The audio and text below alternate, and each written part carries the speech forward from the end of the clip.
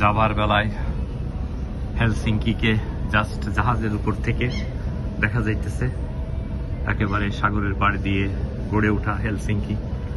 হেলসিঙ্কির ভিতরে রয়েছে কিছু চার্চ, রয়েছে মল, শপিং মল, সাথে এক বিশাল জাহাজ তো নয়, এক জাম্বু। এই জাহাজে রয়েছে এমন কোনো জিনিস যা পাওয়া যাবে না। তারপরে গোটা বিশ্বের এক বিস্ময়কর ঘটনা ঘটে চলছে এই জাহাজে। নানা জাতির, নানা বর্ণের, নানা ধর্মের মানুষের বসবাস ফিনল্যান্ডে। সামনে রয়েছে আর একটা জাহাজ, এটা সিলিয়া লাইন। মূলত দুটো জাহাজের কোম্পানি এই রুট দিয়ে জাহাজ চালায়, একটা ফিনিশ কোম্পানি সিলিয়া লাইন, আর আমি এই মুহূর্তে দাঁড়ায় আছি ভাইকিং লাইন, এটা সুইডিশ। তা এই যে দুটোই একসঙ্গে ছাড়বে এবং আগামীকাল সকালে 10টায় আমরা ল্যান্ড করব স্টকহোম। তা এই বিশাল বিখ্যাত জাহাজের ভিতরে বললাম যে বড় বড় ট্রাক থেকে শুরু করে গাড়ি, তারপরে বোটও দেখলাম, ছোট ছোট বোটের ভিতরে ঢুকে গেছে। কারণ ফ্লোর প্রায় 16-17টা ফ্লোর। তা মানুষের বসবাস আছে, তারপরে নিচেই মালামালের ট্রান্সফারের বসবাস রয়েছে। সব মিলিয়ে প্রতিনিয়ত এই জাহাজ আসা যাওয়া করছে সুইডেন টু হেলসিঙ্কি।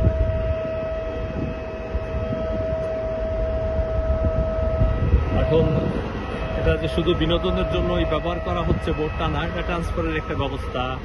রাতের টাইমটা সুন্দরভাবে পার হয়ে গেল, ঘুমিয়ে বা সকালবেলা ঘুম থেকে উঠা, ব্রেকফাস্ট সার্ভিস দিতেছে, ডিনার হচ্ছে, একটু আড্ডা মারা হলো, অনেকে কনফারেন্সে আসছে। তা চলছে আর কি এইভাবে।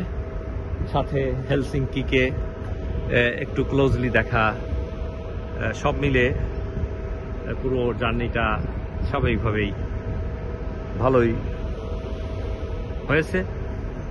আমরা এখন ফেরার পথে, কিছুক্ষণ পরেই জাহাজ ছেড়ে দিবে, তখন বেশ স্লোলি এখান থেকে মুভ করবে, কারণ পানির গভীরতা এখানে খুব একটা বেশি না বিধায় আস্তে আস্তে চলবে। তারপরে যখন ফাঁকা জায়গায় যাবে তখন শুরু হবে বিশাল আকারে দ্রুত গতিতে বাল্টিক সাগর পাড়ি দিয়ে আবার আগামীকাল সুইডেনের ভিতরে যখন ঢুকবে তখন একের পর এক ছোট ছোট আইল্যান্ড দেখা যাবে।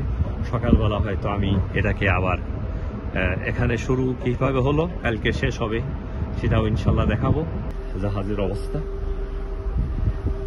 সমস্ত সেফটি এই নৌকোগুলো রয়েছে ইন কেস অফ ইমার্জেন্সি। আচ্ছা, আমি অলরেডি 12 তলার উপরে, পরের থেকে আমি এখন সিঁড়ি বেয়ে উপরের দিকে যাইতেছি। জাহাজ হবে এটা এই সাইডের ঘটনা। এখনো উপরের দিকে রয়েছে ব্যবস্থা।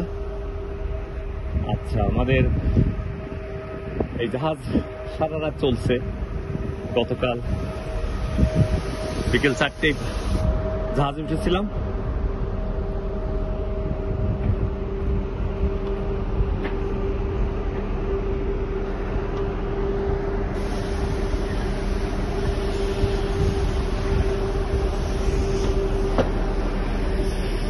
সুইডেনের স্টকহোমের আশপাশ দিয়ে 35,000 ছোট ছোট আইল্যান্ড রয়েছে। আমি থাকি একটা আইল্যান্ডে, সেটার নাম কোংসাঙের, বড় আইল্যান্ড, যেখানে লোক সংখ্যা 28,000 মতো।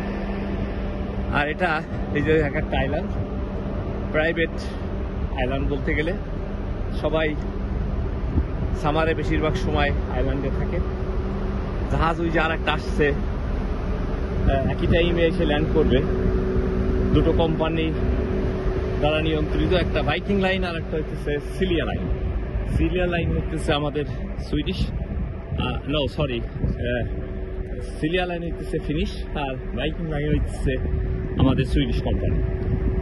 তা ওদিকে ওই যে আর একটা জাহাজ আসছে বেশ দূরে, আর ওটা বোধহয় সিলিয়া লাইন আসছে এখন। আর এদিকে এই স্টকহোম শারগোট বলা হয়, জাস্ট এই ছোট ছোট আইল্যান্ডের ভিতর দিয়ে এখন জাহাজ আস্তে আস্তে সামনের দিকে যাইতেছে। 10টার সময় ল্যান্ড করবে। এটা একেবারে রুট ফলোর। তা বলেছি যে একটা রেস্টুরেন্টই দেখালাম এই ভিডিওতে, হয়তো আসবে সেটা, যে রেস্টুরেন্ট এরকম 4-5টা রেস্টুরেন্ট আছে, তারপরে শপিং সেন্টার আছে, বিশাল শপিং সেন্টার, সেখানে সমস্ত কিছু কেনাকাটির ব্যবস্থা রয়েছে, চলছে কাজ, ছোটখাটো ফুটবল খেলার মাঠ রয়েছে। এত বড় জাহাজের ভিতরে সবকিছু থাকা অস্বাভাবিক কিছু না। বড় বড় ট্রাক, প্রায় 200-300 ট্রাকের ভিতরে নিচের দিকে আছে পানির তলে। তারপরে যেহেতু প্রাইভেট গাড়ি নিয়ে অনেকে ভ্রমণ করতে বেরোইছে, 400-500 গাড়ি এর ভিতরে রয়েছে। তারপরে মানুষের তো শেষ নাই, 2-3 হাজার লোক স্বাভাবিকভাবে ঘোরাঘুরি করছে। স্টাফই বোধ হয় 200-300 হবে। সব মিলে এটা এক বিশাল অভিজ্ঞতা। এই অভিজ্ঞতা পেতে হলে অবশ্যই ভ্রমণ করা যেতেই পারে Sweden to Stockholm by boat.